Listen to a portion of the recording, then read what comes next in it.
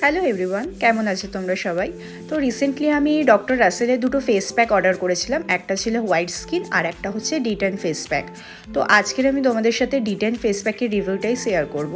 তো তার জন্য প্রথমেই আমি চুলটা টাইট করে বেঁধে নিয়েছি, তারপরে এই ফেস প্যাকটা সারা মুখে ভালোভাবে লাগিয়ে নেবো।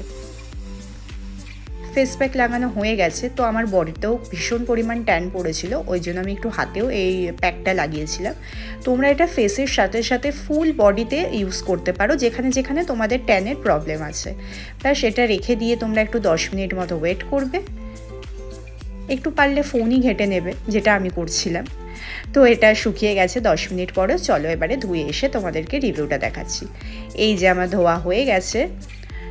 এবার আমি তোমাদেরকে বলি যে আমার এটা পার্সোনালি কেমন লাগলো। এই যে তোমরা আমরা স্কিনটা দেখতেই পাচ্ছ, খুব একটা ট্যান উঠেছে বলে আমার মনে হয়নি। এটা আমার ওকে ওকে লেগেছে, খুব একটা ভালো লাগেনি। হয়তো 2-3 বার ইউজ করার পরে আমি ভালো রেজাল্ট দেখতে পাবো। তোমরা যদি ইউজ করে থাকো আমাকে কমেন্টে অবশ্যই জানিও। আর ভিডিওটা ভালো লাগলে একটা লাইক করে দিও, আর প্লিজ একটু ফলো করে দিও। চলো বাই।